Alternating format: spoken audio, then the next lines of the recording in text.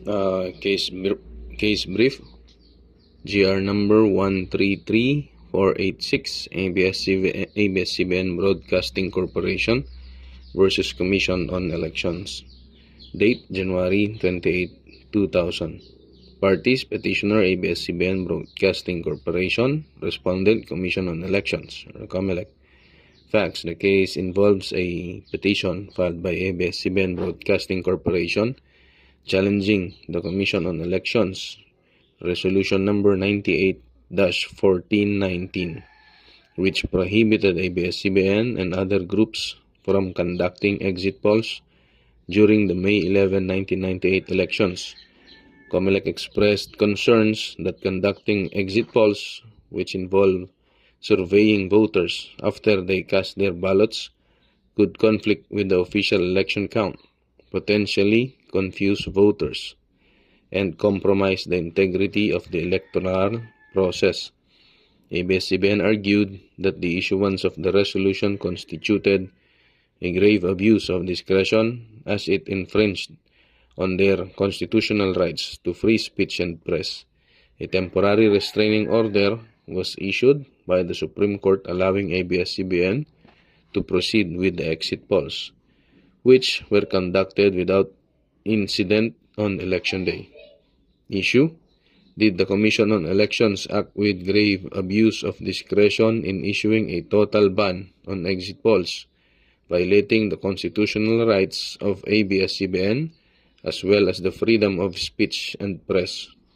Ruling: the Supreme Court ruled in favor of ABS-CBN, granting the petition.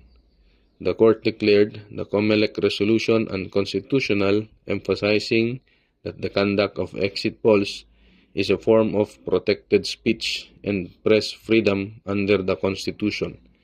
The court stated that exit polls could provide valuable information and enhance the electoral process if conducted appropriately. The court maintained that the freedom of expression is paramount in a democratic society and cannot be restricted without a justifiable threat to public safety or order.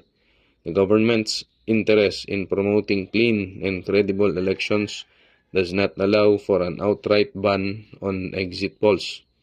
The court adopted the clear and present danger test, ruling that COMELEC's fears regarding exit polls showing confusion were speculative and lacked substantial evidence. The reasoning for preventing exit polls was deemed overly broad, failing to account for proper conduct and precautions that could mitigate potential risks. Moreover, the rationale that the exit polls breached the secrecy of the ballot was rejected as unsubstantiated.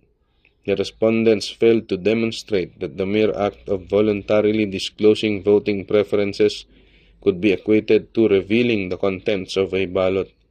The court concluded that the COMELEC failed to provide a narrowly tailored restriction and that appropriately conducted exit polls could actually serve to enhance electoral integrity rather than undermine it. The Supreme Court permanently lifted the COMELEC's ban on exit polls, emphasizing the importance of upholding fundamental rights and freedoms, particularly in relation to the electoral process.